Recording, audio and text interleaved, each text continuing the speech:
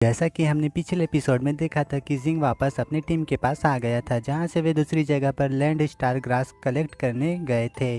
तो वहां पर बहुत सारे चूहे थे जिन्हें जिंग अपने पीछे भगाते हुए एक जगह पर उन्हें ले आता है और एब्जॉर्ब कर लेता है। फिर वह लोग आउटर हॉल में आ गए होते हैं अपने मिशन कंप्लीट होने की रिपोर्ट देने।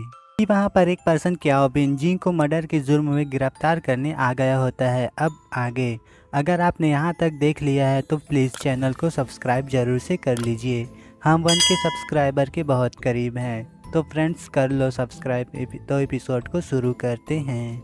एपिसोड 19 की शुरुआत होता है जहाँ पर वह कहता है जिंग तुम्हें हमारे साथ चलना है। तो इस पर हान लिंगजियो कहती है मिस्टर क्याओबिन तुम्हें जरूर से कोई मिस्टेक हुआ है, जिंग हमारे साथ ही था तो वह भला किसी को क्यों मारेगा।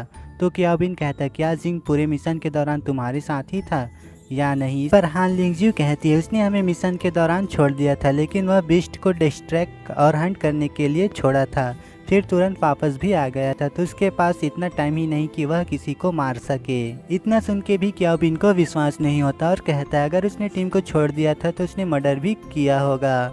ये मामला बदतर हो जाएगा क्योंकि खून फेइकोंग का हुआ है जो डिप्टी पैलेस मास्टर का बेटा है। फेइकोंग का खून हुआ यह सुनकर वह सब लोग हैरान हो जाते हैं, इसलिए इन्वेस्टिगेशन जरूरी है। तो जिंग प्रोसिक्यूशन हॉल हमारे साथ चलो, मुझे जबरदस्ती करने पर मजबूर ना करो। अब जिंग मन में कहता है तो उस दिन कोई और नहीं बल्कि मैं और फेइकोंग थे, लेकिन इन लोगों ने उसके मौत का पता इतनी सटीकता से कैसे लगाया।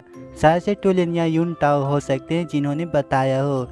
यह सच है कि फेइकोंग और मेरे बीच फाइट हुई, लेकिन मैं वो नहीं था जिसने उसकी जान ली। अब जिंग उन लोगों से कहता है बीस्ट के घोंसले में बहुत ही रिस्क था, इवन कि फेइकोंग और मैंने फाइट की, उसके लेवल के साथ मेरे लेवल से कोई मैच नहीं। मतलब जिंग 2 सील डिसाइपल है और फेइकोंग 3 सील डिसाइपल है, इसलिए उसके साथ जिंग का कोई मैच नहीं। जिंग कहता है किस आधार पर आप मुझे सस्पेक्ट कर रहे हैं और मैं किस तरह से उसके डेथ से कनेक्टेड हूँ।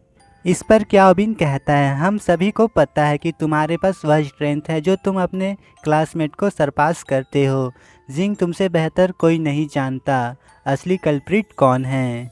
तो जिंग कहता है आप कोशिश कर रहे हैं कि मुझ पर फेइकोंग की मौत को थोप दें, वो भी बिना किसी ठोस सबूत के, और यह मुझे कतई स्वीकार नहीं। इस पर हान लिंगजियो कहती है बिल्कुल सही, हमें जिंग की पावर के बारे में अच्छे से जानते हैं कि वह स्टार बॉडी रियलम के 3 सील डिसाइपल से स्ट्रॉन्ग है, लेकिन वह फेइकोंग को टेक डाउन कर सके यह इम्पॉसिबल है क्योंकि फेइकोंग एक 5 सील वॉरियर था। तो क्याओबिन कहता है तुम वह नहीं हो जो डिसाइड करो, अगर वह कैपेबल है तो वह अपराधी है। और अपनी पावर को एक्टिवेट कर कहता है तुम हमारे साथ चलो, हम एविडेंस ढूंढेंगे, एक बार तुम हमारे साथ आओ। तो तभी यहाँ पर 10 डायरेक्शन एकेडमी के डीन लू टियानी आ जाता है और कहता है बिना एविडेंस के फिर भी तुम 10 डायरेक्शन एकेडमी के डिसाइपल को अरेस्ट करने आ गए। क्याओबिन क्या तुम्हारे मन में मेरे लिए कोई सम्मान नहीं है। और सब लोग उसको ग्रेट करते हैं। जिंग आगे आते हुए कहता है मास्टर मेरे साथ जस्टिस किया जाए, मैं फेइकोंग के डेथ से कनेक्टेड नहीं हूँ। इस पर लू टियानी कहता है तुम चिंता मत करो, बिना किसी एविडेंस के मुकदमा नहीं चलाया जा सकता।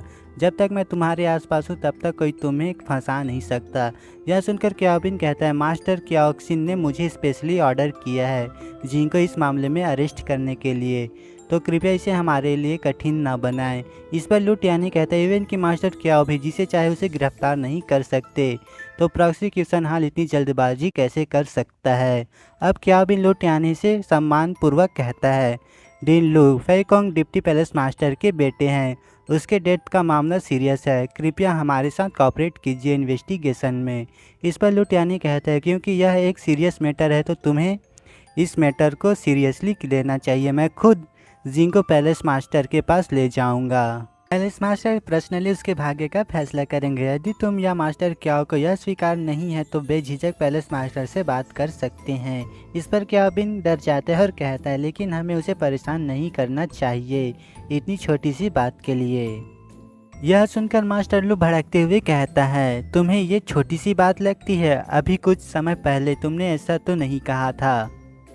इससे मामला साबित होता है कि तुम जिंग के साथ थे बीस्ट के घोंसलों में मिशन के दौरान, तो आप सब लोग शामिल हैं, इसलिए आप मेरे साथ चल रहे हो पैलेस मास्टर के पास।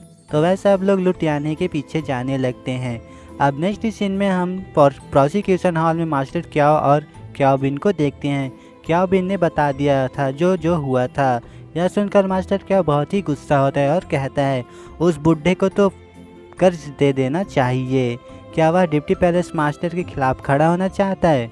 वह जरूर ही इसका भुगतान करे। समय पर लुट यानी ने इस मामले को पैलेस मास्टर मुंह के पास ले गया है, तो अब हमें क्या करना चाहिए? इस पर मास्टर क्या कहता है मिशन में वहां पर फेकों के साथ जो भी थे उन्हें भेजो, वे जिंग के खिलाफ गवाही देंगे।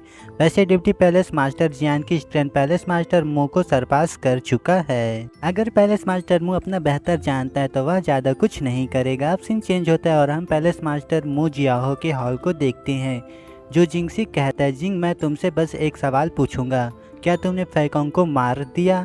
इस पर जिंग ना कहता है। तो पैलेस मास्टर मुंह कहते हैं मैं ब्लैक सन पैलेस के मास्टर के रूप में मेरी ड्यूटी है कि मैं अपने डिसाइपलों की रक्षा करूं, इसलिए मैं उन्हें तुम्हारी बदनामी करने नहीं दूंगा। तभी वहां पर मास्टर क्या और बाकी लोग आ जाते हैं। तो पैलेस मास्टर मुंह उनसे पूछता है मास्टर क्या हो, जब आप सभी यहाँ पर हैं तो बताओ आपने क्या देखा? तो टोलिन आगे आते हुए बताता है हम सब मिशन में सीनियर ब्रदर फेकोंग को फॉलो कर रहे थे और हमने सीनियर सिस्टर हान लिंगजी की टीम को भी देखा। उन पर एक बिस्ट ने हमला कर दिया था, तो फिर ब्रदर फेकोंग चिंतित हो गए थे, वे खतरे में पड़ गए हैं, इसलिए हमने गुप्त रूप से टीम का अनुसरण किया। वह काफ़ी दयालु थे, इसलिए उसने इन लोगों की मदद की उस बिस्ट को हराने में। हम सब ने यह छुपकर देखा, लेकिन तुम लोगों ने उसकी काइंडनेस का ये इनाम दिया, उसकी जान लेकर। इतना सुन के जिंग कहता है क्या बकवास है, ये झूठ है। हम सब ने उस पर हमला करके उस बिस्ट को भगा दिया और मैं उसका पीछा कर रहा था। हमने वहाँ पर फेकोंग को कहीं पर नहीं देखा, तुम लोगों ने उसका पीछा नहीं किया, तो इतने यकीन के साथ कैसे कह सकते हो कि मेरे हाथों वह मारा गया? आगे जिंग कहता है उन लोगों को फंसाने के लिए कहता है क्या हो अगर आप लोगों ने लालच में आकर उसके ट्रेजर चुराना चाहो और मार दिया हो, ऐसा करना पॉसिबल भी है। इस पर टोलिन कहता है नहीं ऐसा नहीं है, उसकी हत्या हुई है, वो भी तुम्हारे पीछे जाने के बाद वह मारा गया। अगर उसे आपने नहीं मारा तो उसे कौन मार सकता है? यह सुनकर जिंग कहता है यह सिर्फ आपका अनुमान है, मेरे पास एक उचित कारण है तुम चारों पर संदेह करने के लिए कि तुम लोगों ने फेकोंग को मारने की साजिश की है और अब आप लोग इसका इल्ज़ाम मुझ पर डाल रहे हो।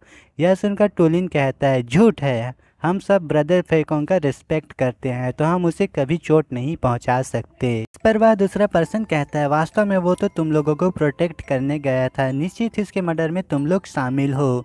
यह सुनकर जिंग कहता है प्रोटेक्ट, यह वर्ड सुनने में अच्छा लगता है। फेकोंग और मेरे बीच पास्ट में विवाद थे, तो वह मेरी रक्षा क्यों करेगा? अगर वह मेरी प्रोटेक्शन के लिए वहाँ पर होता तो उसे भला मैं क्यों मारता? आप ऐसे झूठ बोलकर किसी पर्सन को बेवकूफ़ नहीं बना सकते। लेकिन पैलेस मास्टर मुंह और मास्टर क्या आपकी झांसे में नहीं आएंगे। इस पर हाँ लिंगजी कहती है हाँ ब्रदर जिंग सही कह रहा है, अगर वह हमें प्रोटेक्ट करना चाहता था तो वह हमारे साथ मिशन पर क्यों नहीं आया? उसी तरह से चुपके से जिंग के पीछे नहीं जाना चाहिए था।